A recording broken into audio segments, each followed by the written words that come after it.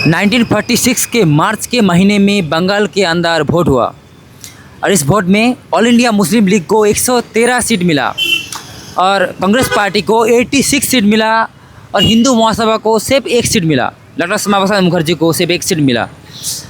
और मार्च महीने में वोटिंग के बाद मुस्लिम लीग के सरकार बना, हुसैन सुहरावर्दी और मोहम्मद अली जिन्ना के सरकार।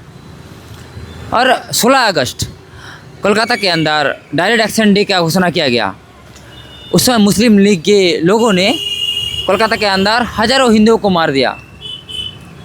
फिर अक्टूबर के महीने में 10 अक्टूबर कोजागरी लक्ष्मी पूजा के दिन आज के बांग्लादेश के नोआखाली में हज़ारों हिंदुओं को मारा गया और अक्टूबर से नवंबर तक हिंदुओं को मारा गया।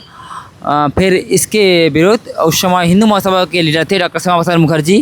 उन्होंने कहा अगर धर्म के नाम पर भारत को पार्टीशन किया जा सकता है तो धर्म के नाम पर बंगाल को भी पार्टीशन करना होगा।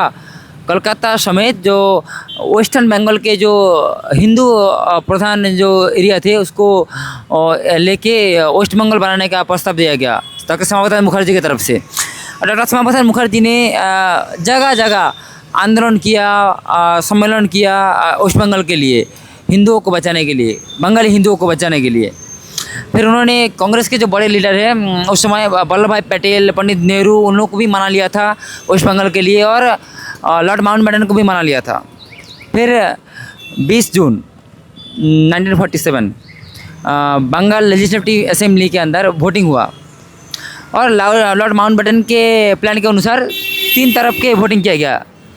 पहले जो मुस्लिम अध्युषित पूर्वी बंग थे वहाँ के जो सांसद थे उनको एक तरफ बैठाया गया और हिंदू प्रधान जो एरिया थे वेस्टर्न बंगाल के जो सांसद थे उनको एक तरफ बैठाया गया। पहले कॉम्बाइन एक साथ वोटिंग किया गया। पहले का वोट में मुस्लिम लीग के दबदबा था, मुस्लिम लीग के ज़्यादातर वोट आया क्योंकि उनके सांसद ज़्यादा थे। तो और मुस्लिम लीग बंगाल के विभाजन के विरुद्ध थे, वो पार्टीशन नहीं चाहते थे, वो चाहते थे पूरी बंगाल पाकिस्तान के अंदर आ जाए।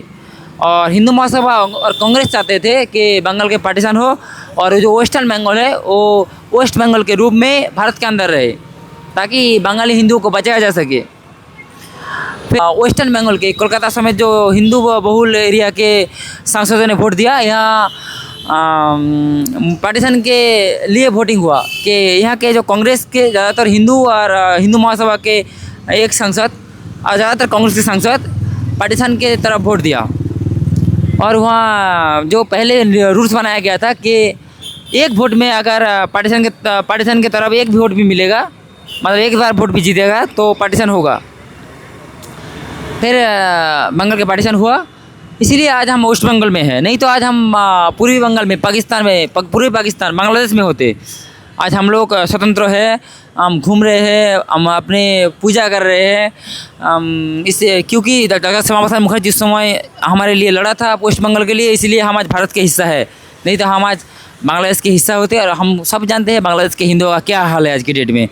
वो लोग को मारा जाता है, उन लोगों का घर बार लूटा जाता है, जला दिया जाता है, औरतों को रेप किया जाता है, बहुत बुरी कंडीशन है।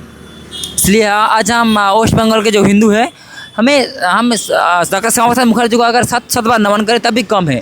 और आज 20 जून है, वेस्ट बंगाल डे है, इसलिए हमें डॉक्टर श्यामा प्रसाद मुखर्जी को याद करना चाहिए और 100 बार नमन करना चाहिए। और यही याद करना चाहिए कि आज वेस्ट बंगाल में अंदर बीजेपी जीता है, लेकिन बीजेपी के अंदर बहुत कम्युनिस्ट के लोग घुसा है, वो पार्टी को तोड़ना चाह रहे हैं, वो फिर से चाह रहे हैं वेस्ट बंगाल को ईस्ट बंगाल बनाना की कोशिश कर रहे हैं, बांग्लादेश बनाने की कोशिश कर रहे हैं।